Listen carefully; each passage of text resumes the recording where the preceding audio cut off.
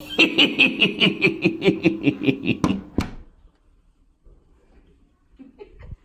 husband's a Tory?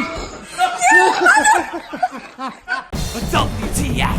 WTF!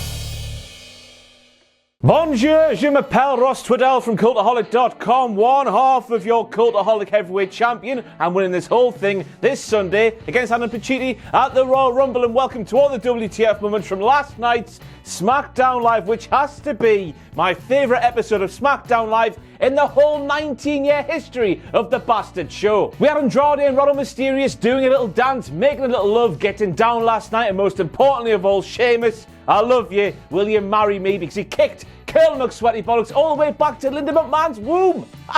Now I know this means, of course, that Curl McSweaty Bollocks and The Miz will win on Sunday against all the odds because they were killed, murdered right between the eyes last night. But I don't care. I've got that GIF. It's on me Twitter. Go and check it out. It'll live on forever.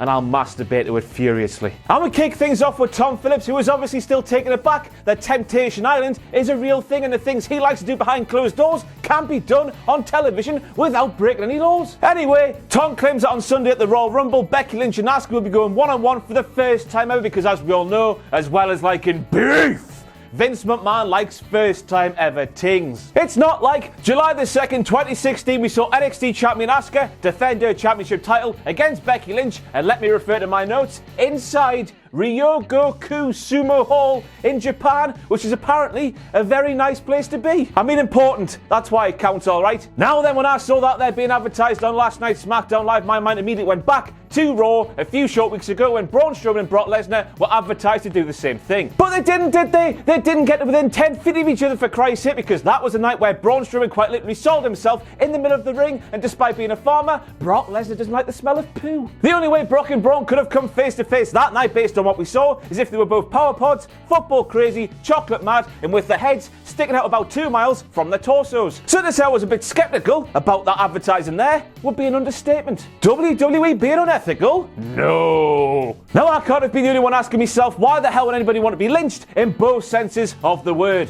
Unless, of course, you're into that kinky stuff where a woman dressed in leather whips you with nettles or something, or even better, she cuts your hair off and then makes you wipe Sasha Banks' feet with it. Isn't that right, Rhonda? Anyway, back to those definitions. First of all, why would you want to be beaten up by several people at one time? And second of all, why would you want to be embarrassed in front of the entire world while a woman with orange hair pulls your pants down, metaphorically of course, and proves you're a pathetic mess? Some people, they're into weird stuff, aren't they? Now she's been doing it for a while on social media, and to be honest with you, I've gained a lot of followers on Instagram by simply replying Barlow? To every single time Charlotte has put Ken in reference to a kendo stick on her Instagram account.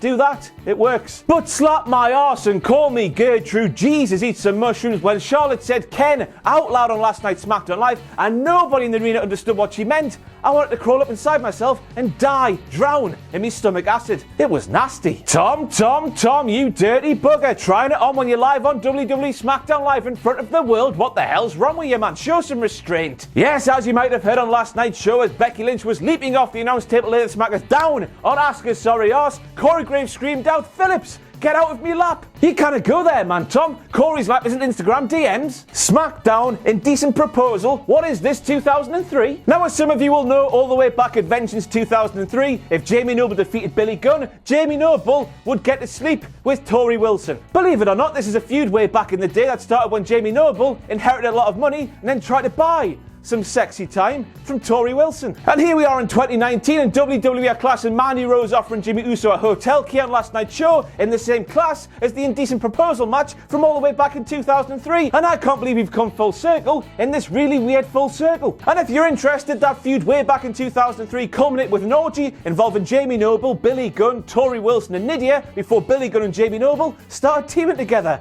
All's well that ends well, eh? And I don't know about you, but since this storyline now is being classed in the same category as that one, I can't wait for the orgy between Jimmy Uso, Naomi, Mandy Rose and Sonya Deville.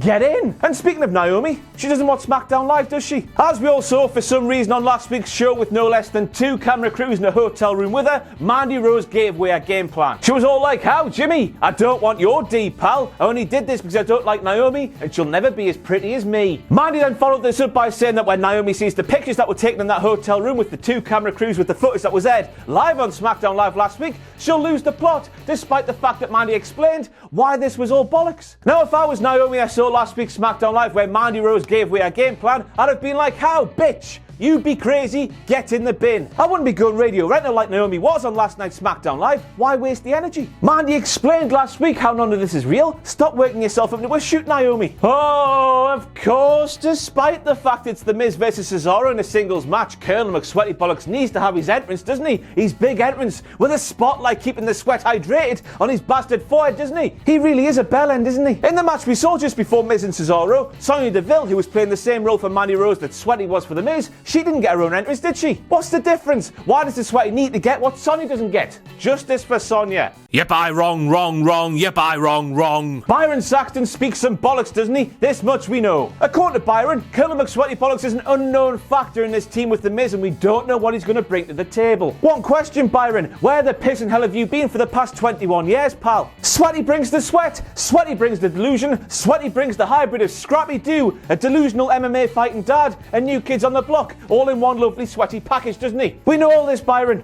Don't ask the question. Made a grave mistake, Corey. And here's a direct quote from Corey Graves himself on last night's SmackDown Live. Shane McMahon is a great hanger-on. I mean, I know what he meant. You know what he meant. And it's true, of course, but you can't call Shane McMahon a great hanger-on when that sweaty pillock has fallen with style as much as he has over the past 21 years now, can you? The delusion. It's pissing endless. Last week on SmackDown Live, of course, we saw that coast to sweaty kick which had Colonel McSweaty Bollocks walking away like he belonged in a retirement home. Now, if you were Colonel McSweaty Bollocks and you knew that one jump last week almost crippled you, why would you go for a more death-defying one 7 days later and just 5 days before a massive tag team championship match at the Royal Rumble? Oh, I know. It's because you think you're something you're not, and you're so far up your own arse, you can see out your own sweaty mouth. Shane, man, I said it last week and I'll say it again. We know what you can do. You don't need to do it every single week and kill yourself. Even me. I don't want to see you die. Just tone it down. Or even better, piss off.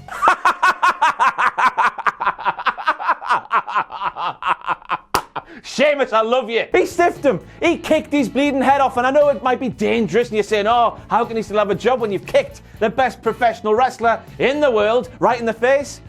But I hope he gets knighted. We've all been there, haven't we? Saturday night, Pop World, disco biscuit in hand, you drop it, nothing happens for a while, and all of a sudden, it hits like a train. We've all been there as well, haven't we? This Sunday morning after the Saturday night, you're in bed, you're paralysed from the neck down, you're gagging for some water, but the tap, it's so far away. But then you die. And I'm fine with that, because that segment last night was the best segment in the history of SmackDown Live. Sheamus, thank you. Even he watches TV like that? Not buying that one bit. Daniel Bryan uses his power for the greater good? All about the greater good. The greater good. Bloody hell, he's an evil bastard, isn't he? And next up we have Daniel Bryan claiming that he is the planet's champion while he hoists part of a dead cow high above his head. And I just don't get it. We all saw it just before TLC in December. He said if he defeated AJ Styles, he would get a vegan alternative WWE Championship. He did it, and then he hasn't got one. Why? Made a grave mistake, Corey. He's doing it again. They're all going to do it again, time after time after time until Elimination Chamber in February. So we might as well just say it now, and then we'll never mention it again. First time women's tag team champions in WWE, jumping bomb angels, glamour girls, they existed at one point in time. Don't forget them. Hello, Paige, I miss you. My body's ready, everybody. 3 paintings in one shot on last night's SmackDown Live, and not one of them is the painting. What happened to the painting? Why was the painting in the first place? So many questions about a bastard painting, and it gives me sleepless nights to this day. Just answer them, please, WWE. Tony Chimela? I don't know what to say about this whatsoever. One question, though, is he always standing just outside of shot waiting for one superstar who isn't Edge to say his name? I hope he is. The sad bastard. Tom, what the hell do you mean? At the time, Ronald Mysterio's stretch in the 2006 Royal Rumble was the longest stretch in a Royal Rumble match by anybody in WWE history. At the time, it still is. I'm sick of it. Why the hell are people counting the greatest Royal Rumble as a proper Royal Rumble and messing up all the proper Royal Rumble stats? This was a match paid for with dirty money, for Christ's sake, and a match that had a fake Yokozuna in because the person who paid the dirty money thought that Yokozuna was still alive, for Christ's sake. It's an absolute farce and shouldn't be counted whatsoever. The greatest Royal Rumble, in terms of actual Royal Rumbles, is a fake Rolex. It looks like a Rolex, it says Rolex in the title, but it's fake. It can't count. Now, the Canadian Destroyer being whacked out by Ronald Mysterio on SmackDown Live is no longer a WTF moment because it happened for the 3rd time in a row on last night's show, but a reverse Hurricane Rana on a main roster show in 2019. Ronald, how dare you? Now I know that Baddie Bladdy Murphy sometimes whaps it out on 205 Live. I know that Bayley did it against Sasha Banks at NXT TakeOver Brooklyn way back in 2015. But on a main roster show in WWE in 2019, Ray. You filthy bastard. And then Samoa Joe came out and he ruined everything. Next time you get intimate with your partner and you're on the brink of a TNA explosion, Samoa Joe will swoop in and ruin everything. It's bound to happen. Now I know why they did it, of course. It keeps Andrade and Rey looking strong with the scores 1-1 and neither of them having to take another L to their name. But when Joe came out, I turned it to Booker T for some reason. I was like, oh hell nah. So it's got to belong in this video, doesn't it?